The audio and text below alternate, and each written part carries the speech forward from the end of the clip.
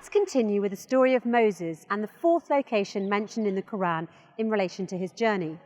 After Moses settled and had a job and wife in Madian, he stayed there for a long time, but he was determined to go back to Miz. As he was on his way to Miz with his family, he reached the valley of Teawa, where God called him, "Verily I am thy Lord, therefore in my presence put off thy shoes, thou art in the sacred valley Teawa." The sacred valley Teawa is the location where Moses spoke to God. This valley is next to a very high and huge mountainous structure called the Tor. The Quran says, "And we called him from the right side of the Tor and made him draw near to us." This implies that the very high and huge mountainous structure called the Tor is in the same location of the sacred valley of Teawa. The question that comes to mind here is, where is this location? Where is the sacred valley of Teawa, and in which country? Let's check the map. If Moses is returning from his family from Madian, then clearly he would enter Miz from the south, which implies he would pass through Abyssinia and the eastern north of Sudan. Indeed, on the current borders of Sudan and Abyssinia, and specifically on the Abyssinian Highlands, is a valley named Tor. You can find this information in the book of James Bruce, a Scottish explorer who was the first to follow the Blue Nile from its source until it meets the White Nile. On the 29th of November 1772, Bruce arrived in Aswan and published his book, Expeditions to Discover the Sources of the Nile between 1769 and 1773. It's considered one of the most authentic books that examine the River Nile Valley. About his trip from Ethiopia to Egypt, he mentioned a significant piece of information. He referred to a town called Al-Gadarif, a town at the border between northern Sudan and the Abyssinian Highlands. Its true name was Teawa. Bruce illustrates the map of Miz before the recent borders between the north and the south. On the map you can easily locate Teawa next to Abyssinian Heights. From a geographical perspective, Teawa, or the city of Al-Gadarif, is located in the Ethiopian hills at the border with Sudan. Rivers flow into this place and create fertile rich soils that retain water and provide essential nutrients to plants. In fact, it's considered to be one of the top agricultural areas in Sudan, with high fertile valleys around the rivers of Atbah, State, Al-Harad and Bislam, highly known for corn and sesame all around the world. As for the animal population in Al-Gadarif, around 7 million different types of cattle come from nearby neighbourhoods seeking water and food. God describes this area in the Quran as the blessed spot. The blessing refers to the diversity of the rivers, agricultural crops, trees and food, which applies to the city of Al-Gadarif. This area and Sudan in general is considered to be the food basket of the world. There is no other area as blessed agriculturally as this area in the entire Arabian and African region, just in terms of the number of rivers, the variety of agricultural harvests and the greenery. So what is the story of the very high and huge mountainous structure called the Tor, or the Tower, the fifth location identified in the Quran? "And we called him from the right side of the Tor and made him draw near to us." The Tor is a very high and huge mountainous structure and was mentioned in the Quran as the Tor Sina or Sinai, the Tor Sanin, and just as the Tor. It's recorded in Arabic dictionaries and scholars of the science of tafsir that Sinai and Sanin are known Abyssinian nouns. Indeed, if you check the map of the Abyssinian Highlands, you will find names like Sanin, Semien, Sina, Senan.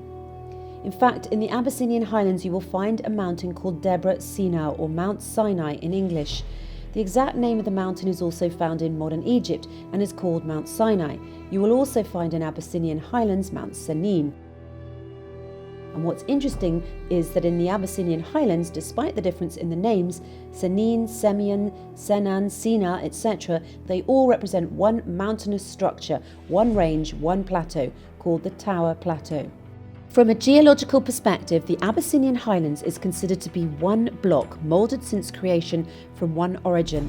This range is called the Abyssinian Tower, also referred to as the African Tower, because it is the biggest group of mountains with a height that extends in one chain in Africa for a very long distance, 519,278 kilometers squared. That's why Ethiopia is sometimes referred to as a tower. Even the highest peak in Africa, Mount Kilimanjaro, extends only to 4,000 kilometers squared. The Abyssinian Heights has been referred to as the African Plateau or the African Roof, with different heights exceeding 4,000 metres to a maximum of 4,500 metres. As for the Sinai or Sina mountain in modern Egypt, Its average height is only 2,300 metres, and the area of Sinai altogether is 61,000 kilometres squared. Most importantly, the Sinai that you know today in modern Egypt was not called Sinai in the time of Moses and the Pharaoh. It was called Mafkat, which means the land of turquoise. Also, the so-called Mount of Tor in Sinai in modern Egypt was then called Ritho. There is no single evidence of the usage of the name Senin or Sina for any of the mountains in the turquoise land that was later named Sinai or Sina.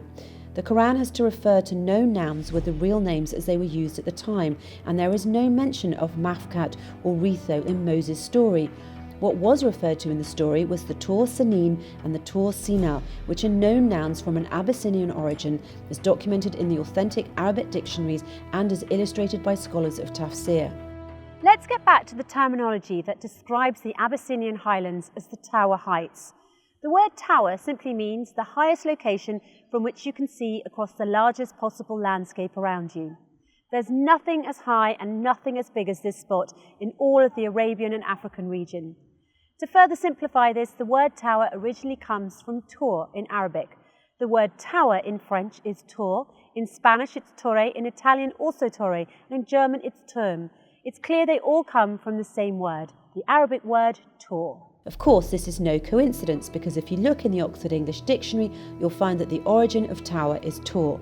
It's also worth noting that there's another name for the Abyssinian Highlands, that is, the water tower. This is because it is the water source of the River Nile Valley for all this region, south from Abyssinia, north and east from Sudan, and all the way to the Mediterranean. When God swears by the Tor, then he swears by the Abyssinian Highlands, or the so-called water tower, the source of the water of the River Nile, referred to as al-Bahra al-Major, or the large body of water kept filled in Quran. Yes, the River Nile is al-Bahra al-Major, or the large body of water kept filled. Let me clarify this one too. What is the meaning of al-Bahra al-Major? It means the sea that gets full until it floods, and as we know, the flood is a main characteristic of the River Nile.